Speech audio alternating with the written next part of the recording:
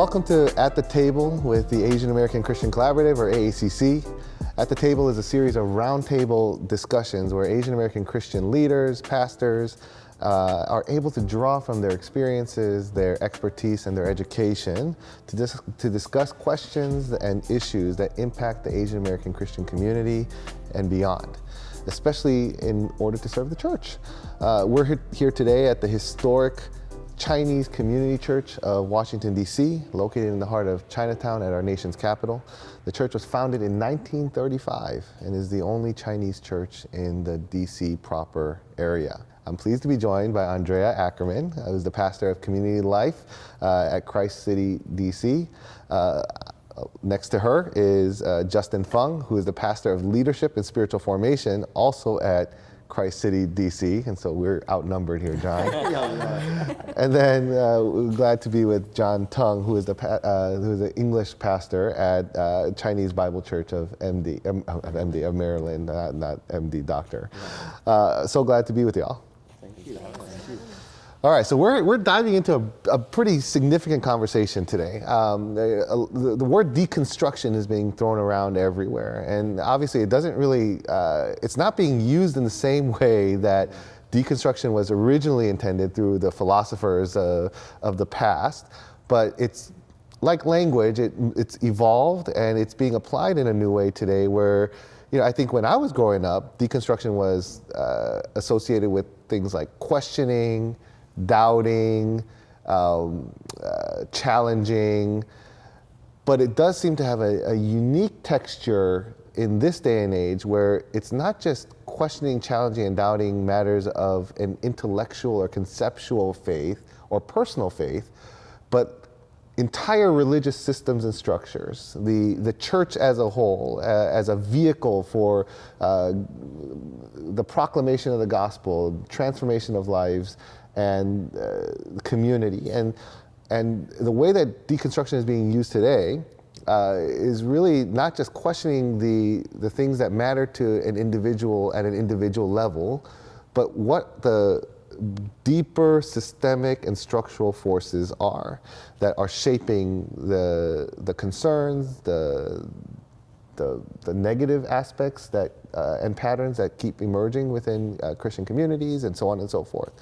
But I'm curious, how would you define deconstruction, especially within the context of Christianity today? And what are some of the common catalysts that you're seeing that lead Christians to begin questioning or deconstructing their faith? I think I was thinking of deconstruction when I first read the question on a more individual level, because I meet people that I've talked to who are deconstructing their personal faith. But as you were talking about it, I'm sure there's also the systemic level, a larger critique of the whole system. So I'm sure there are people, maybe they're more intellectuals, more big picture thinkers. I know as a pastor, the people I talk to, maybe not so much at that level about their own faith. But I'm sure you can be, so I guess what I was saying, people can take it to different levels. But the ones that I've encountered are more just trying to figure out what their faith, how should they haven't walked away from their faith, but they want to have a whole new interpretation, and they're confused about it. And so I will say that people who are deconstructing at a personal level today, and by the air quotes, I'm generally meaning deconstruction, not today, because we're now talking about an existential time crisis. Right. But what they're questioning is not, is God real and can I trust God, but are all of the entrapments, entailments, the vehicles by which I have received God credible, viable, trustworthy, thus making me wonder if God can be real in addition to all the personal things. So I think you're still right. I think that's correct, but I just wanted to kind of clarify. I think it was really helpful for you to name that the term is used in different ways, right, by different people. And so I think it's really important and key to actually begin that conversation with what do you understand by deconstruction? Because we joked about using today in air quotes, but I think that deconstruction, the way that I understand it, is a process of learning and growth and development that every single human being in the course of human history has undergone, because it is simply a matter of learning and relearning again, and holding your faith and your theology and the things that you've received and holding them up to reality and letting them speak to reality and letting reality impact them. Like, all of us have an orientation that we're given, that we grow up with, the family of origin that we're in, or the church that we grew up in, or whatever it was. We have that way of seeing the world. And then oftentimes, usually when we go off to college or when we leave home for the first time, we encounter something different. And we're like, oh, I thought everybody did it the way that I do it. Your way is so weird or so strange or so, why would anybody do it that way? And there's this disorientation when you realize that your way is not the only way. And sometimes you run back to sort of pseudo-orientation where you're just like, nope, I'm just covering my ears, my way, like I'm just gonna do this. And sometimes you enter into a new orientation, a way that is generous, a way that holds the realities and the tensions of the world, because it is more than just, and even within the church, I think there's a beauty of recognizing that there isn't one way to encounter God. There isn't one way to follow Jesus, and that we learn so much more when we get to experience the diversity of faith. And so for me, like like John, like I've counseled and walked with so many folks who have wrestled through and had these questions and doubts and uncertainties, and I'm like, it's okay, this is normal. This is normal. You don't have to be afraid of this. I understand that when you feel like you have to take a brick out of the wall because you thought that you realize like it doesn't hold anymore, that you're worried that the whole thing is going to fall apart, but that's not how faith works. Faith is much more organic and dynamic and resilient than that, and trust the Holy Spirit. So the way that I understand deconstruction, similar to John, like the ways that people come to those questions are encountering something different from what they were told and having to wrestle through it. And we can talk about any and all of the biblical characters that began with one way of thinking and encountered something different, whether it was God or tragedy or violence or chaos, and they came to another place of, okay, it's not this anymore. This is it. Yeah, I mean, I agree with all of that. I think deconstruction is a process of, like Justin said, it's learning, it's relearning, and I think I would also include it's unlearning. It's sort of dismantling some things that don't work anymore. And I think there's this great fear kind of when it's such a hot button topic to say, oh, like that person, so-and-so is deconstructing. There's this fear, I think, that comes with it because of the dismantling part. We're like, well, what if they just like take it all down and then there's nothing? It's straight to apostasy. That's exactly, I think, where we think it's headed. But I completely agree. It is a natural, normal part of the journey of faith. We're constantly growing and learning as people, looking at reality and saying, what does my faith have to say about this? And deconstruction can happen when you are looking at something like that and say, my faith doesn't say anything about this, and I'm not okay with that.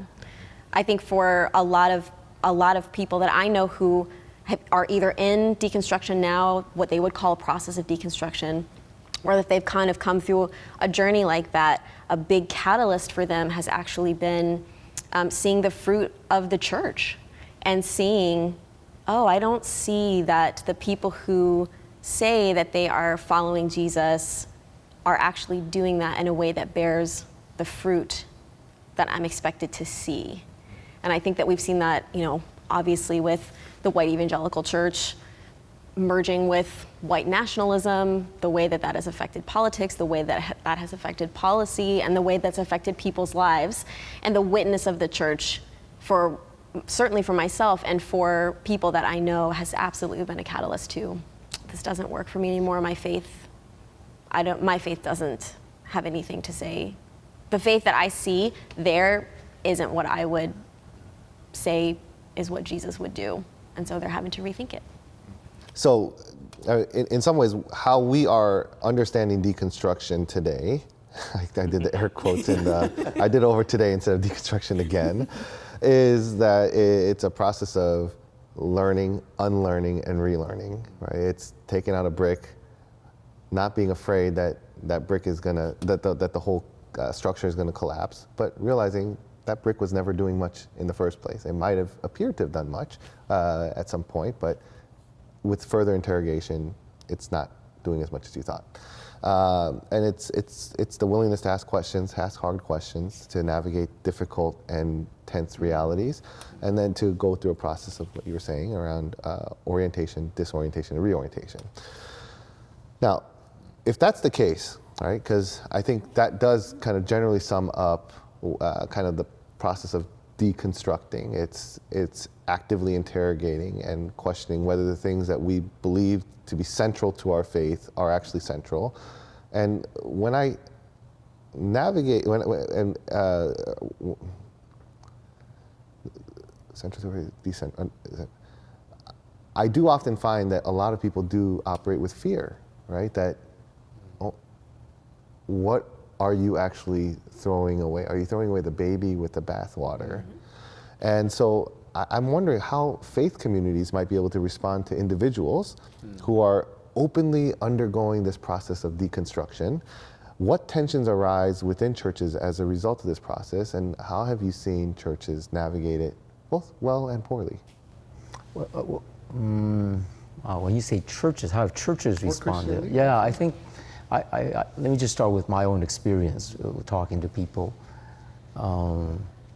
When people are expressing, people who grew up in church, I mean, that was their edifice, spiritual edifice, until they encounter some hypocrisy or injustice or exposure to something outside the church, and then it throws them for a quandary, and then they start to question their own faith.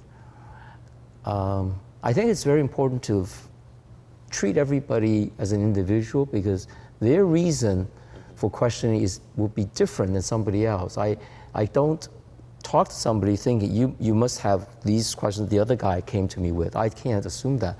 The best thing is to ask them, well, why have you drifted away from the faith? If they tell you, I don't go to church anymore, why have you not gone back to just let them tell you. And based on what they say, then you deal with the specifics, right? So I would try to drill down to individual rather than make it sort of this big, ephemeral, kind of hard to pinpoint. Just talk about specific. And they might say something like, my pastor was very angry at one sermon, and he's just like scolding us. And I've never seen him do that, and it's just frightening. I was like, this is the kind of, the pastor, he's changed or something. And then find out why did that trigger something in you? And also, what do you think triggered that pastor to do that?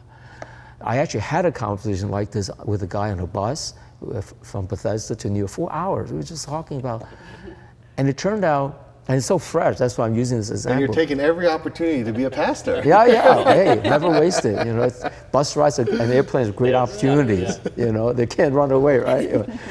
So, but he was like, I think his problem was he stopped going to church when he moved from Maryland to New York, because his pastor in New York was scolding the congregation so badly about something. And I after he explained that, I said to him, did you realize that being a pastor is a very lonely thing?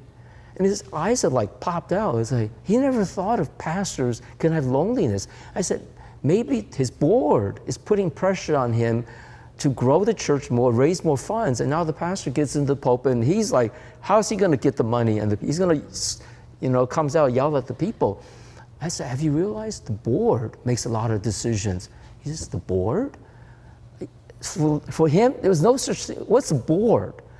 I had to help him to kind of realize church polity runs in such a way, pastor is underneath the board. Because I realized to the average person, the pastor is it. He's the face.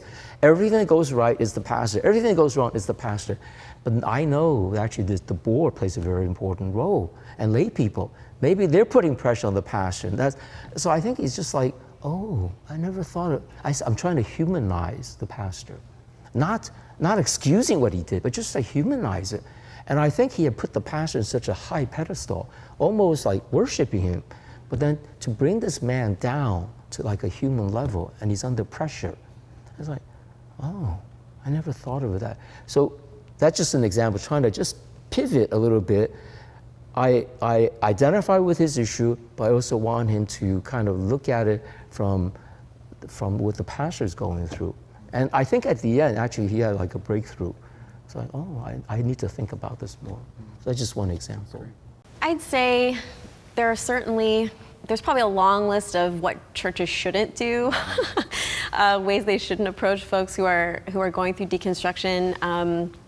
Someone who's close to me did go through a journey of deconstruction in a church that held doctrine and specific doctrine up very highly to be a member of this community.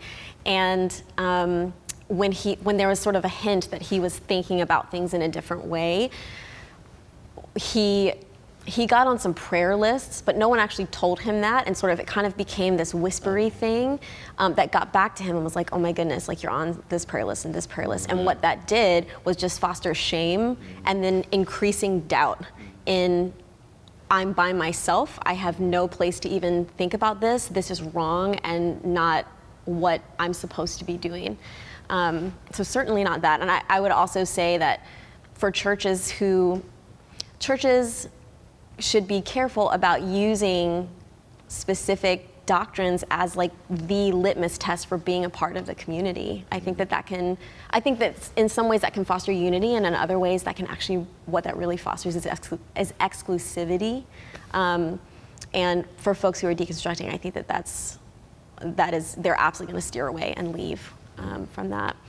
But what I do think healthy church communities can offer people who are deconstructing is presence and generosity. Yes. And I think that can look a lot of different ways. I think presence, saying you're not by yourself. There are other people who are going through this too. I have experienced this also. You're not by yourself.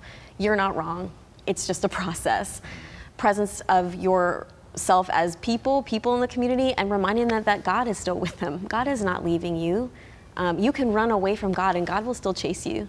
And that I will keep reminding you of that as you go through this journey. So I think there's presence and there's generosity. Be generous with the space. Be generous with their questions, and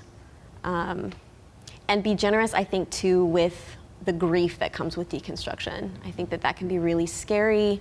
It can be very sad. And I mean, even as you've said, sometimes you pull out a brick because it doesn't work anymore. It wasn't actually holding up what you thought it was. I think that's true. And I think sometimes you pull out a brick and the whole thing does crumble down, and it's very scary and disorienting, and cause for grief. So I think just presence and generosity with folks, which I think is what churches should be offering anyway, but certainly in deconstruction. Now, before you answer, are there any bricks that we cannot take out?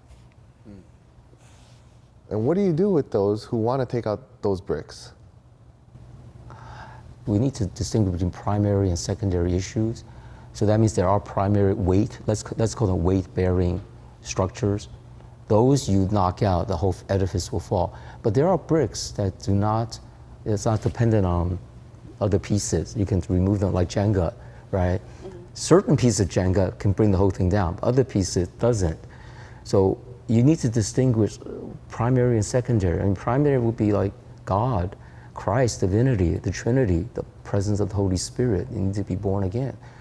But aside from that, there are secondary issues, right? But sometimes I think we preach as if the secondary are as important as the primary doctrine. That confuses our people. When those you can have difference of opinion on the secondary issues. The church has wrestled through primary and secondary issues, and the church has agreed some are weight-bearing. And if you pull that out, then you won't have the Christian faith. But there's diversity of opinion about things that you can't be pulled out. That's why we have different denominations. So I think if we maintain that very clearly within our own community, what are primary, what are secondary, and communicate it in proportion to the weightiness of that, it will help our people not to get the two confused. Now, that's great, because I mean, I want to go back to, but I also want to press into that because it's often the secondary, tertiary, and the hypocrisy of those trying to represent the primary that people begin to question the primary things. So That's the question I'm trying to ask is, do you create space for that? But I'd be curious, Justin, if you want to answer that first, and then like also kind of give the response to the last question I asked. I think the reason that I think about deconstruction, and for me, it's been such a natural piece of it. I didn't grow up in the U.S. I was not raised with an American faith. I have always lived out my Christianity, except for the last, 15, 20 years, in places where Christianity was a very small minority. And so I got to see both people choosing to live out their faith, because that you had to choose at some point, and people choosing not to. And both of those things were part of the journey as I understood it, because our faith is about a choice, because our God is love. Love requires the opportunity to choose yes or no. And so for me, when it comes to church communities and what church communities say, this is central to us, this is what we are going to, draw lines around, like, this is where we are and this is not as important to us, or this is not what we're going to separate over. That feels like one question that in some ways is different from what an individual might be going through, because they're not necessarily thinking like, they maybe haven't gone through their systematic theology classes and they're like, these are the things that I need to hold on to, and if I'm not holding on to these, then I'm not a Christian. They're not thinking in those categories. And so those feel like different parts of this whole equation. But so there's that piece that's why it's important to me to recognize, like, to humanize it, to recognize that, for all of the studies and surveys, like, that's what a study and a survey does. It has to categorize, right? Because it has to figure out the data, and, these people are leaving because of LGBTQ, and these people are leaving because they, or whatever. But each person has their own story. Each person has their own traumas, their own triggers. Each person comes from their own backgrounds, whether it's family, cultural, religious, church, denominational. And one of the things that was really formative for me in seminary was a professor who said every tradition has its nutrients and toxins. Mm-hmm.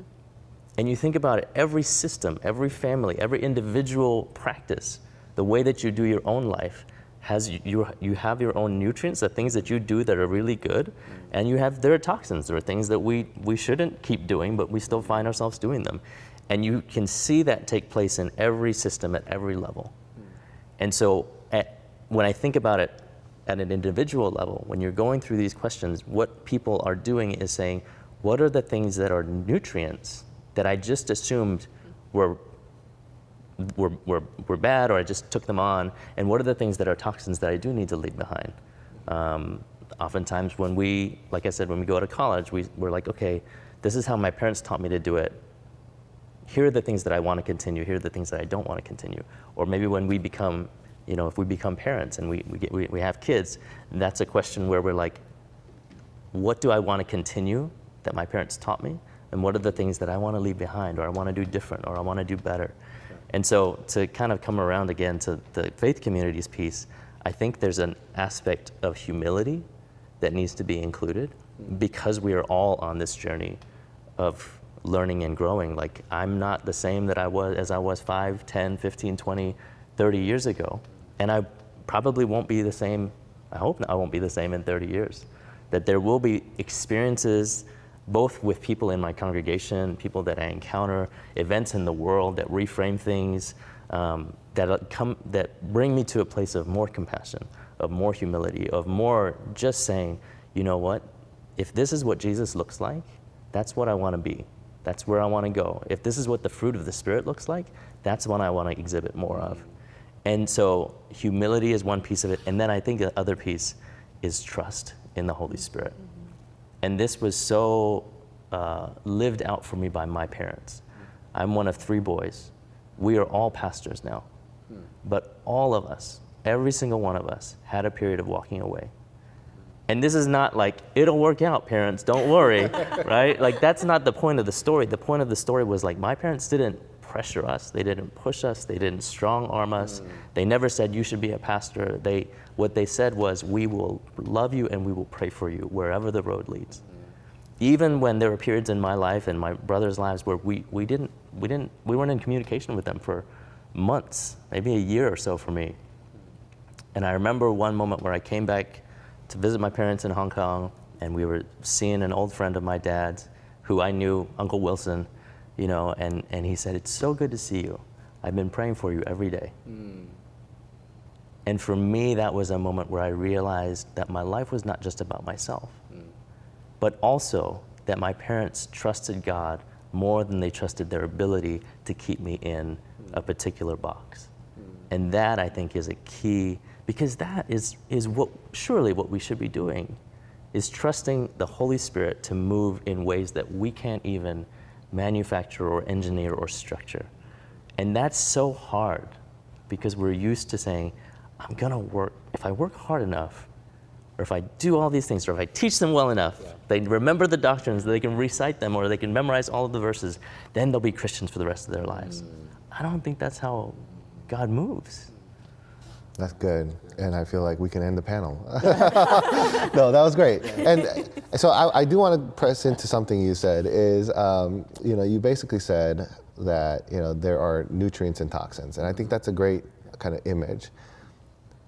Intergenerationally, racially, gender-wise, let's just work with perception, because we know that not everything we perceive is real, but our imaginations are shaped in a particular way to believe that some things are actually nutrients when they're toxic to us, and that other things are toxic when they might be nutritious to us, right? What do we do when there are major gaps in what generations, races, ethnicities believe?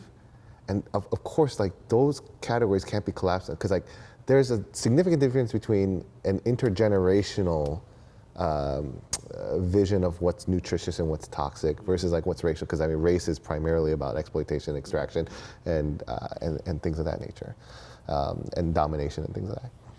What do you do when, let's just work within the Asian American church, when one generation believes that something is nutritious and the next generation believes that that nutritious thing is toxic, and yet the thing that the first generation or that one generation believed was nutritious is the thing that they point to Jesus working through and in the midst of to establish the community, to transform lives, to reach people, to heal marriages, to heal families, and so on and so forth. Every generation has to choose for itself what the gospel looks like lived out for them, because it is a different context, it's a different time and an age, right? Like the gospel now in the social media digital age looks different in terms of how we live it out, because we have to navigate with our kids. What does it mean to live out the gospel on your mobile devices? That wasn't a question that was being asked 50 years ago. And that's not to say that, if it worked, it worked.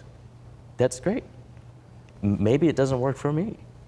And I want to learn from that. I want to learn, just as I've learned from my parents, I've learned from mentors that have gone before, and I've had to take that into myself and figure out, okay, well, what are the questions then that I'm trying to ask? What are the questions that are being asked of me? What does it mean that, I didn't grow up in a school with many or any LGBTQ openly queer people? There were questions that I wasn't asking at a certain point that my kids will be asking, because there will be more openly queer folks in their schools, probably. What does it mean that I grew up in a predominantly Chinese school? There were particular questions that I didn't have to ask in terms of what does the gospel look like, that my kids in a more multiracial school will have to ask and will have to address. There are some things that will hold true regardless. I remember one of the key lessons was always, what does it mean to live out the gospel? Well, it means you go and sit with a kid who's sitting by themselves. Great, let's do that. But in terms of some of those, like, and it can feel, the attitude of humility, the attitude of what worked for me is probably not gonna work for my kid. There are things that I'm gonna try to put into place because I learned those things, but what I'm not trying to do is replicate my life lived better through him. He's his own person. And I want to walk with him. I want to introduce him to the God that transformed my life, and I hope will transform his life. So I do think that's certainly from my perspective as I look to the next generation. And I do think from my role as I look to the previous generation, there is a gratitude. There is I wouldn't be where I am if not for them, for my parents and for the previous generation, and for the mentors who poured into me, even though their lives now might look different, and even though my faith might look different to what they would want it to look like or expect it to look like. But I think that there has to be like this open-handedness of like, all of us are just trying to be as faithful as we can to hearing the voice of the Spirit and what God is calling us to do. That's how I'm trying to, I would navigate that. Yeah, and thanks for that. So if I'm hearing y'all right, you don't see deconstruction as a problem, right? And so I'm curious, are there elements of deconstruction that should be viewed as a problem, or is it primarily something that we can see as valuable, especially a valuable aspect of spiritual growth for Christians? And then are there any biblical or historical examples of individuals questioning and evaluating and reevaluating and their faith in the Christian tradition? Okay, that last question, I think Justin has some answers for that already, but I think he alluded to that earlier. Let me just start. I think there are quite a few examples actually in Bible and in history. That's why I'm not all worked up about its danger. For example, there are several biblical examples. Maybe we just center on one, the parable of the lost sons. And really there were two sons that's lost, right? But think about the younger son. He is truly deconstructing his faith. He left his father's household. Give me my inheritance. Well, I'm not dead, but give it to me anyway. I mean, that's such a slap to the father's face. He just left. Now the father didn't go after him. But what did the father you think he did? He probably prayed his heart out.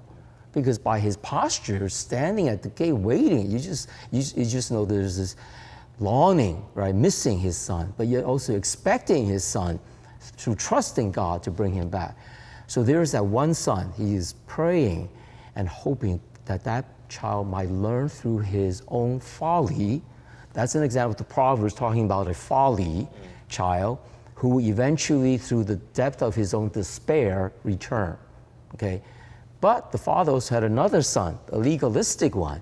One was libertarian, one was legalistic. Legalistic son was right at home. He was doing everything the father would have wanted him to do, but he had no love for his younger brother, and very legalistic.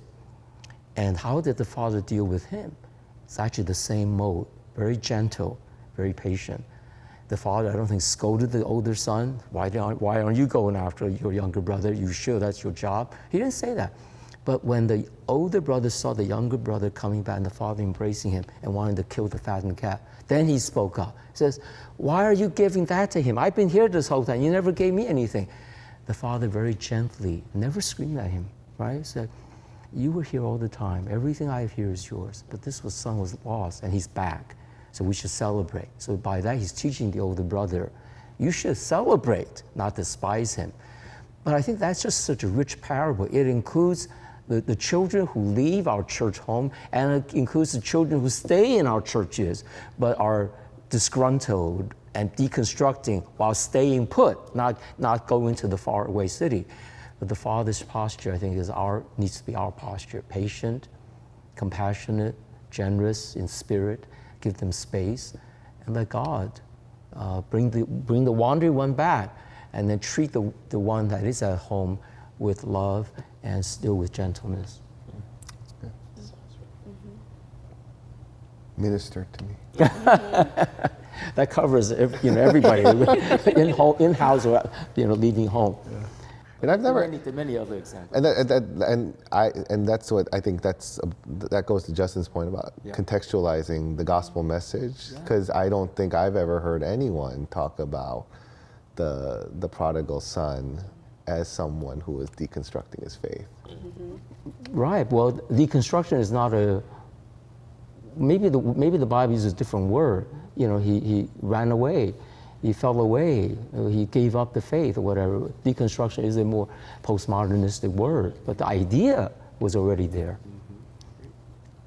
I think that deconstruction, sort of the way we're talking about it today, and I'm thinking about this sort of from my today, like the deconstruction today, the way that we're talking about it today, and I'm coming from a specific perspective of my gender, my age, my generation.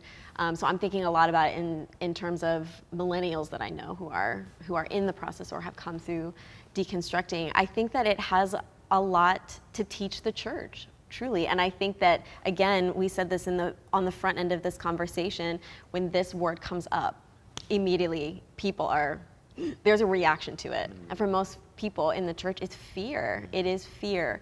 And I think that deconstruction has something to say to us about the mystery of God. I think it has something to say to us about how we allow fear to define our faith. I think it has a lot to teach us about the role of certainty and doubt and the way that we just tend towards formula as human beings. I think formula in a lot of ways can be really detrimental to faith journeys.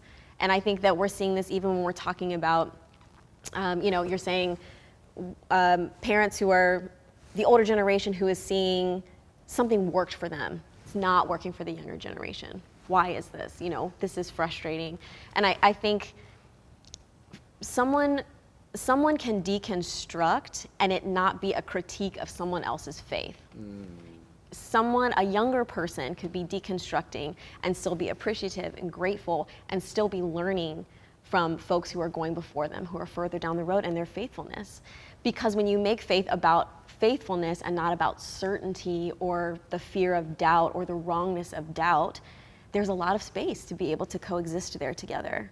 And so I think deconstruction does have a lot to teach us, and I think we don't lean into asking what that is because we're scared of what it might say. Yeah, for folks especially who find the concept and the idea of deconstruction fearful, I'm sure that there's an unconscious part of, well, if they can walk away and they're okay, what does that mean for my faith? Mm-hmm. Does that mean that my faith still holds? I understand that. Or what does that mean for their, eternal well-being, or however they might phrase it, if they walk away, if they don't end up back, right? Like, not everybody has a story, from my family of like, oh, we let our kids walk away and look, now they're all pastors. Mm. And sometimes people just walk away. And so I can understand where that fear can be of, oh, they've lost, they're not following Jesus anymore, they're lost, they're whatever.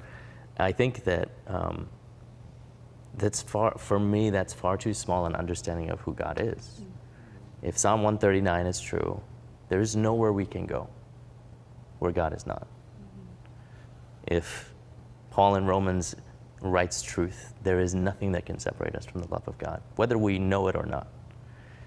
And I understand it. I understand that desire to I want to know that they're okay. Trust that God has them. Trust that God is walking with them. Because to kind of go back to the part of your question of there are people throughout Scripture that learned, unlearned, relearned. Peter, he thought Jesus was going to be one kind of Messiah. He was told, "Get behind me, Satan." That's a particular moment, right? He said, "I'll never betray you." That was something unlearning something about himself, and he did it. And you contrast him there with him delivering the Pentecost sermon, or challenging the notions of what is clean and unclean. There's multiple points there. One of the people that I whose story that I really cling to was Paul in persecuting the church. I was brought up teaching, oh, he was completely misled. He was just this psycho. Mm. I'm like, no, he was zealous for his faith. Mm-hmm. Because in Deuteronomy, I think it's 21:23 or 23:21, I forget, it says, anyone who hangs on the tree is cursed. So by his religious texts, Jesus could not be the Messiah, and therefore anybody that followed Jesus had to be going down the wrong path. And so it is his responsibility to bring them back. But what happened was he encountered the risen Christ. And so then he had to reconstruct, deconstruct. What does it mean that the person that I thought was cursed is actually the living God? And what we have is the New Testament as evidence of somebody's ability to be faced with the reality of the living God. And I think that is such an important piece of it. We're not just people milling about trying to figure it out as best we can. Like, we are in the presence of the living God, the creator of the heavens and the earth. We can rest in that. We can trust that God is moving with us. Fear not. That's good. Well, it's time to wrap up with our last question. This conversation can go on, as many of our conversations can. Now, we've been talking a lot about deconstruction. Justin, you alluded to reconstruction. As we deconstruct, is there a need and a space to reconstruct? What does reconstruction look like? And what would you tell the person that's in the process of deconstructing now, as they're wrestling with their doubts, as they are wondering if everything they've been told is a lie, whether they're doubting every experience that they've had, wondering if that moment where they felt the sweetness of God's Spirit or presence, or they had a revelation that illuminated and redirected their entire life was real, or if it was manipulated by someone. What would you say to them? I want to use I think Jesus was a deconstructor of Judaism. Okay, so I'm going to use that as the base of what I'm going to share. I think, why did Jesus come? There was a religion already here, Judaism. But what did Jesus do? He deconstructed it, right? Because there were certain elements in it that was not essential, some of the legalistic aspect. And he reconstructed it, but he did not abandon the Old Testament, right? That God exists, that God hears our prayers, that God is compassionate and loving, that God has certain expectations, but he's full of mercy and grace. I think Jesus came to disturb an existing religion, in this case Judaism. But he didn't throw the whole edifice out. But it certainly scared the religious teachers, thinking, you're throwing the whole thing out the window. I think that's they wanted to kill him. But Jesus came to do them a favor, not to destroy, but to refine, right? So I think if we work with that model, then it's when an individual is deconstructing, Jesus went through the similar process, but he did not throw everything away. There were certain things that were true and valid that should be retained. But the structure needs to be rebuilt on a fresher, more loving, more generous spirit, right? So I think then we can also then carry the same principles and talk to people, I understand you need space, okay? But if you're having doubt about God himself, please talk to me about that. I certainly want to care. If you want to work through some secondary issues,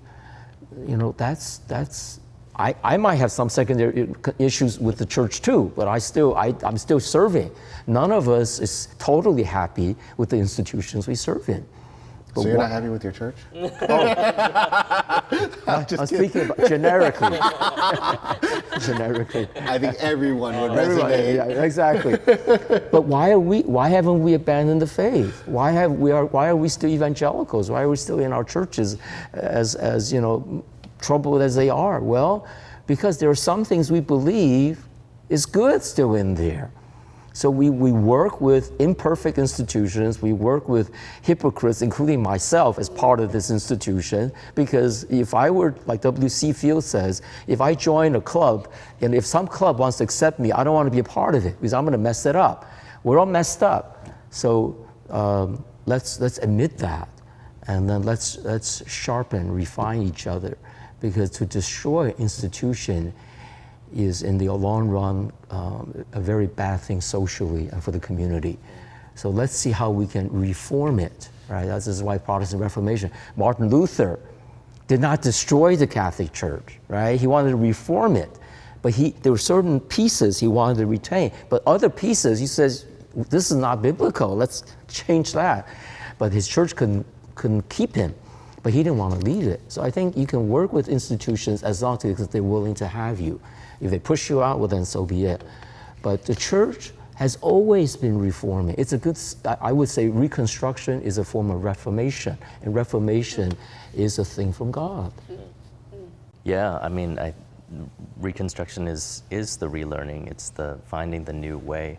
I think that what I would want to sort of deconstruct is the idea that Reconstruction is a static goal.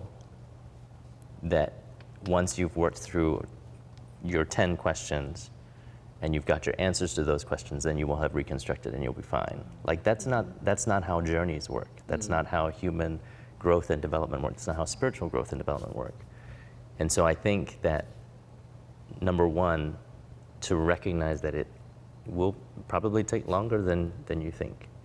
But also that it doesn't have to be all-consuming. That none of us go through life without an ethic of how we live. Every single one of us, whether you call yourself a Christian, deconstructing, reconstructing, whatever faith you are, you have something that tells you what's right and wrong, what's good and bad. And that informs how you treat other people, how you raise your kids, what you choose to invest your time and your energy in, what you choose to protest for and against. Like every single person has an ethic, and so trust that the Lord is in that, and what I inevitably come back to, because I mean, I've been walking with the Lord my whole life, almost, except for that little part, and even that was, I mean, I never. Jesus was still walking with you. Well, yeah, Jesus was still walking with me. I didn't know it, but what I know is that if it comes down to it, there's still questions that I have. There's still things that I'm uncertain about. There should be. There's mystery. Mystery, not just what's not knowable, but what is infinitely knowable. And that's going to take some time to delve into. But within that, like when it comes down to it, I'll come back to, well, what did Jesus say were the greatest commandments? Love the Lord your God with all of your heart, mind, soul, and strength, and love your neighbor as yourself. I'll start there. If nothing else, the rest of it we'll figure out. Want to bring us home? Oh, no pressure. Just a little. So many good things have been said. I think I don't have a super long answer. I think for this question, I think for folks who are deconstructing,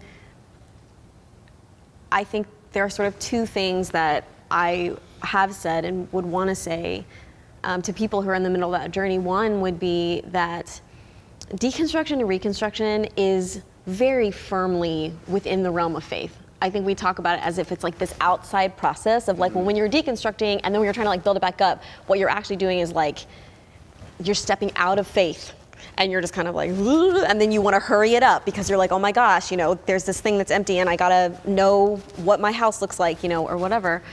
And that entire process, both processes are very squarely within what faith looks like and what faith is and what a faith journey is, and that both of those things will continue to happen if you're being honest about your faith journey and looking at reality. So I think that's the first thing. And I think the second thing for folks who are deconstructing, I would say, is hold on to the things that you can. Lean into the things that you can, because most of the time it's not like everything's bad, let's just bulldoze it all down. It's brick by brick. That's what you're doing, is brick by brick. Both deconstructing and reconstructing a lot of times are brick by brick. And so I think, even as Justin has said, the simple things, love God, love your neighbor. Can you hold on to that? Is that something that you can lean into? Even if you can't say doctrinally, I don't know where I stand on that. Is that something that you can still allow to influence your life? Okay, hold on to that. If you can hold on to it, hold on to it. Look for those things that are more stable than you think. Look for those bricks that are holding up things in a good way as you are interrogating your own internal structure. So I think for folks who are deconstructing, that's what I would say. And I think just very simply for people who are thinking about what reconstruction looks like, in addition to what they've both said, I think it's that just expect that your house can look completely different, and that's absolutely okay. And that it may take a long time. It will take a long time, not may. It certainly will take a long time. And for it to be, for you to rebuild something that has taken a lifetime for most folks to build, once that comes down and you start rebuilding, it's going to look different, and that's actually a beautiful thing and a faithful thing too. That's great. Well, thank you all for sharing. I mean, as I think about all the people that I've sat across from, you know, when it comes to this question of deconstructing your faith, I just am reminded of all the ways in which Jesus is able to handle our doubts, to handle our hardest questions, to handle even our resistance, because the light always will break through the darkness. There are better answers in Christ, and Jesus will oftentimes ask us even harder questions of ourselves. And so I hope that everyone listening in would not shy away from God in their process of deconstructing or reconstructing, but look to the Jesus of the Bible. And of course, there's a whole conversation around, do you have to reconstruct and deconstruct the Bible itself, and how do we know what's valid and what's not? But to look to Jesus, the author and perfecter of our faith, and see if what they're concerned about is actually demonstrated in the person and work of Jesus or not. And if not, what would God have them do about it? And so much to think through. Thank you all for being at the table with us. And so looking forward to the next conversation. Thank you. Thank you.